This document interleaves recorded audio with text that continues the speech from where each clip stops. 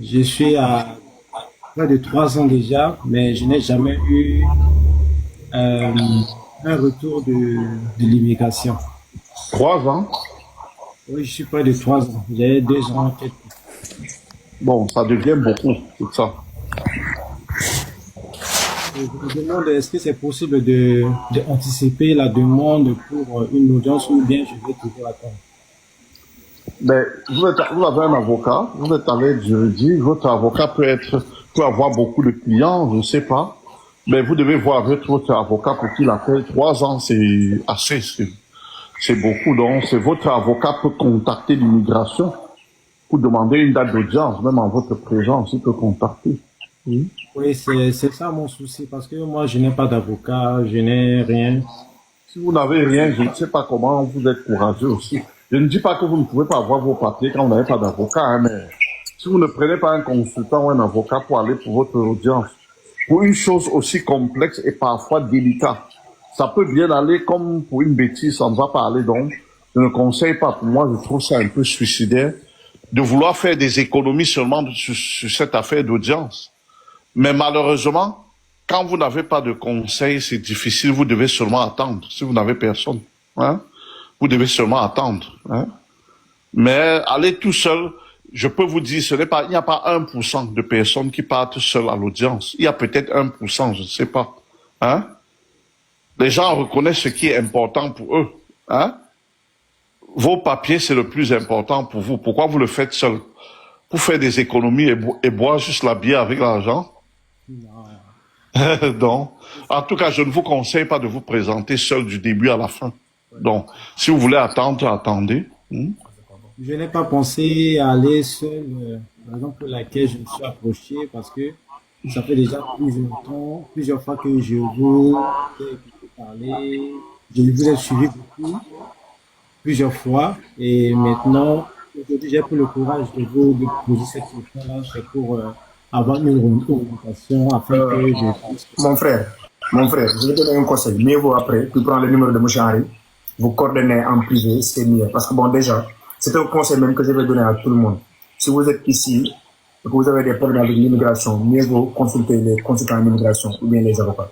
Si tu es ici, bon, je ne dis pas que le délai maximum, c'est 2 ans, mais souvent, les délais maximum, les délais que tout le monde voit ici, tu ne peux pas faire plus de 2 ans sans pour autant connaître ta date d'audience dans les normes.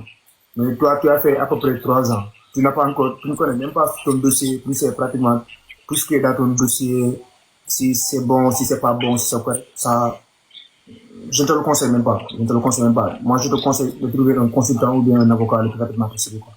Donc, écrivez-moi en privé, il n'y a pas de problème. Écrivez-moi en privé. Si vous avez besoin de prendre une date d'audience et tout, écrivez en privé. Au fait, je voudrais savoir, je suis demandeur d'asile, il y a maintenant un an, 6 mois de cela. Jusque-là, j'ai pas encore eu mon audience. Je voudrais savoir, au fait, c'est l'erreur de mon avocat ou bien c'est le gouvernement qui veut pas me donner mon audience? Mais ça fait combien de temps? Il y a maintenant, c'est là, un an, 6 mois. Non, c'est pas une erreur, c'est possible. Actuellement, 1 an, 6 mois, c'est faisable. Il y a des gens qui attendent depuis 2 ans. Il y a aussi des gens qui, après 6 mois, hein, ont leur audience. Oui. D'accord. D'accord. Oui. Merci. Merci. Ok. Mais Mouchari, il y a pratiquement des gens aussi, pratiquement, qui demandent souvent, s'ils sont demandeurs d'asile, est-ce qu'ils peuvent taper à l'école là? Oui, un demandeur d'asile peut étudier. Je parle bien de demandeur, pas d'un réfugié. Ouais. Un réfugié, c'est celui qui a déjà été accepté. C'est un demandeur d'asile accepté. Ouais. Mais un demandeur d'asile, quelqu'un qui demande, pendant qu'il demande l'asile, Ouais. il peut aller à l'école. Il y a des gens qui m'ont insulté ici pour ça. J'en ai bloqué quelques-uns parce que ceux qui venaient juste avec l'injure, je les bloquais. Mais ceux qui venaient donner leur explication, leur point de vue de façon logique, pour estimer que ce n'est pas vrai ce que je dis, je leur répondais. Hein. Donc parce que beaucoup de gens ne savent pas que les demandeurs d'asile peuvent aller à l'école. Mais pour aller à l'école, il faut demander un permis d'études. C'est une autre.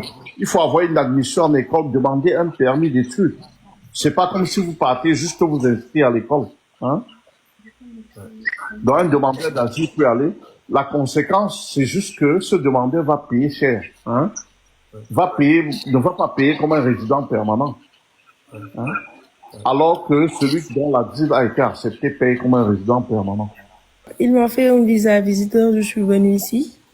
Et je voudrais savoir, une fois ici, est-ce que, comme je suis déjà là, est-ce qu'il peut changer mon statut comme... Il peut vous parrainer. Non, il a déjà fait le parrainage, mais comme ça prend un peu de temps, il m'a fait... Comme visiteur. Oui, il m'a fait un visa visiteur. Et vous attendez.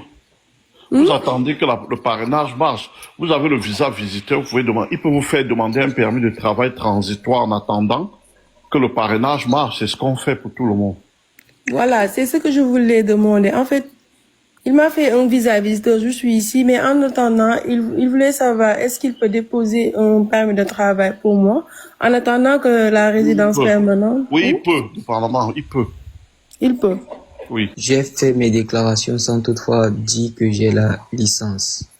Et puis, quand je suis ici, je suis toujours en train de fréquenter, mais j'aimerais savoir si j'ai des possibilités pour pouvoir appliquer pour la résidence permanente. Mais pourquoi vous avez fait de fausses déclarations? On n'encourage pas ça. J'ai fait mes déclarations, sauf que je n'ai pas mis tous mes diplômes.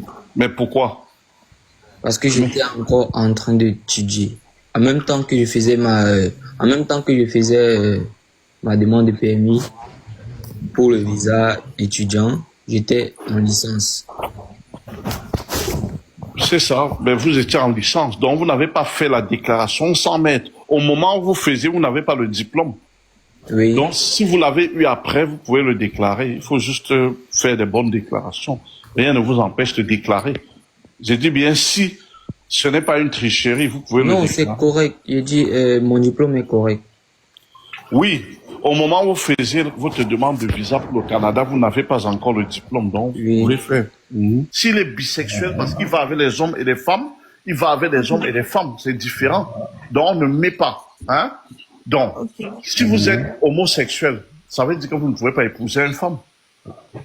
Mais Si monsieur vous êtes Harry, bisexuel, ça veut dire que vous pouvez épouser les deux. mais sur la carte de résidence et d'un homosexuel, on met sur la carte de résidence qu'il est homosexuel. Est-ce que sur la carte d'un hétéro, de celui qui n'est pas homo, est-ce qu'on met qu'il est hétérosexuel? Non. Est-ce qu'il y a des cartes de résidence où on Oh, parle c'est du bon, sexe c'est bon, des bien gens? répondu, c'est bon, Hein? c'est bon. Je passe à la deuxième question. Hein? Je demande seulement. Et en Mais plus, est-ce vous savez, les affaires de sexe, nous ne sommes pas des spécialistes. Je ne suis pas un spécialiste de ces choses-là. C'est toute une spécialité. Hein? Nous, on connaît juste les noms. Les gens sont homo, mais on ne sait pas comment les gens deviennent. On ne connaît pas ce qu'il y a dans la tête de ceux qui deviennent homo. Exactement. Pas homo. Et aussi, quelqu'un peut être homosexuel aujourd'hui et demain commencer à être bisexuel parce qu'il commence à aller avec les femmes. On ne sait pas comment ça se passe dans leur tête. Hein? Quelqu'un peut ne pas être homo aujourd'hui et demain, ça déclenche dans sa tête, il devient homo ou bisexuel.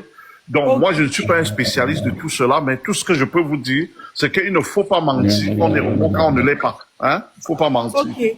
Mais maintenant, la dernière phrase, voilà, la dernière phrase, c'est comme, voilà, on ne peut pas prédire l'avenir. Mais si il est homo, et voilà, dans 2-3 ans, il décide d'être hétéro. Et Non, je ne vraiment, sais pas comment on décide. Comme je vous ai dit, le tout, c'est qu'il ne faut pas que ce soit le malin. Il ne faut pas jouer au malin, comme disent les Ivoiriens. Monsieur Harry, je vous Voilà, il faut que ce comprends. soit la réalité. Hein? Attendez un peu pour que je parle. Oh, je vous comprends. Attendez un peu. C'est comme vous, oui. Au fait, je joue avec votre dernière phrase, au fait. Non, Est-ce que ne vous jouez comprenez? pas. Dites la vérité. Bon, ok. C'est pas que, au fait, vous ne comprenez pas. C'est comme vous l'avez dit, on ne décide pas demain d'être homo ou hétéro. C'est ce que vous avez dit dans votre dernière phrase, n'est-ce pas?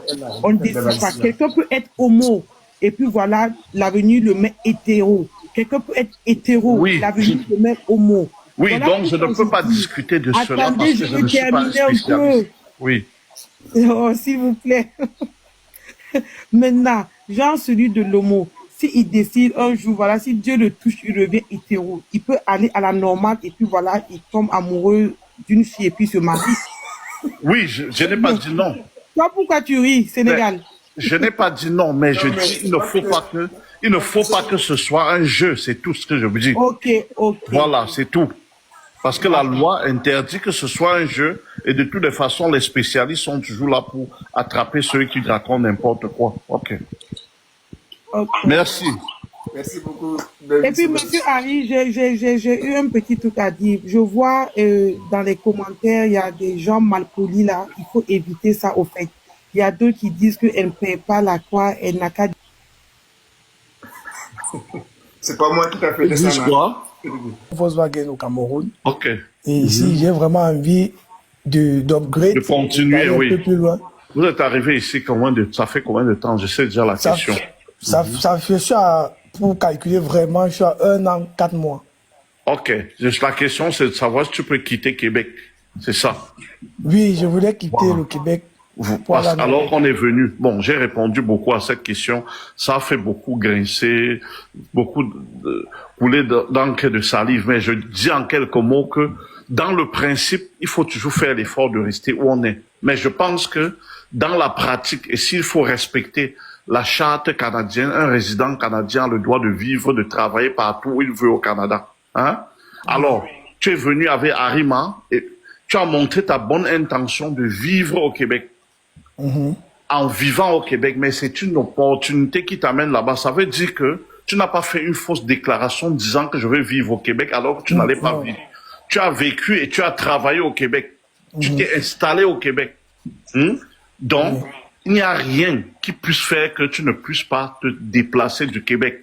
Auquel cas, les gens penseraient que si tu es au Québec et tu es marié et que ta femme est en Alberta, elle a fait entrée express, elle est là-bas et toi, tu es au Québec, ça veut dire que le couple ne va jamais se réunir parce que chacun va seulement vivre là-bas parce qu'elle a fait entrée express et tu vas vivre au Québec. Non. Le tout, c'est de ne pas essayer de tromper le gouvernement. On juge la bonne intention. Est-ce qu'au moment où tu venais, tu avais l'intention de vivre au Québec? Oui, mais une fois que tu es là, je ne dis pas que j'encourage de se mettre dans des situations, mais lorsque c'est réel, il faut montrer, il faut documenter la preuve pourquoi on quitte le Québec et le garder, pourquoi on ne sait jamais. Hein? J'ai quitté le Québec parce que c'est une opportunité et c'est Y, donc on peut partir. Et pour ceux qui contestent toujours ça, moi je leur prends toujours cet exemple je prends l'exemple du couple. Donc, si on voulait réfléchir dans l'absolu et ne pas tenir compte de la charte, parce que la charte canadienne a une valeur supralégislative. Ça veut dire qu'elle est au-dessus de la loi. Donc, la loi doit être conforme à la charte. Donc, c'est tout à fait normal que tu t'accroches sur cette charte qui a une valeur constitutionnelle, sur la Constitution pour agir. La Constitution du Canada te permet donc de te déplacer, d'aller vivre en Alberta et d'aller vivre ailleurs. Hein? Mais j'insiste, ça ne demande pas de tricher. Sauf quand vous avez eu une nomination provinciale. Avec la nomination provinciale, vous avez signé le contrat. Ça devient différent. Hein? Mais dans l'absolu, tu peux te déplacer. Disons en 2 mots, moi je ne vois pas où il y aurait problème. Dans la mesure du possible que les gens restent, mais on ne vous a pas condamné de vivre au Québec. Parce que dans Arima, il y a un document qu'on signe, ou d'engagement qu'on signe, comme on arrive, on doit s'installer au Québec. Oui, j'ai déjà dit, tu t'es installé au Québec, mais ensuite tu as envie de partir comme tout résident permanent qui a la liberté. C'est l'article 6 de la charte qui te permet de te déplacer partout au Canada. Est-ce que je dois alors signaler à Omifi que je dois envoyer une lettre au MIFI pour dire que là je dois... Non, pourquoi? Ce n'est pas ça. Il faut documenter ta vie de pourquoi tu quittes. Ils ne vont pas t'envoyer une lettre pour t'autoriser de quitter le Québec. Il n'y a pas une loi qui dit que le MIFI doit t'autoriser à quitter le Québec. Ça n'existe pas. Hein? Donc quand tu veux quitter, tu vas quitter en sachant pourquoi tu as quitté le Québec. Donc, je dis bien, ce n'est pas que c'est encouragé de quitter, non. Mais je dis, en respectant la loi, on peut quitter.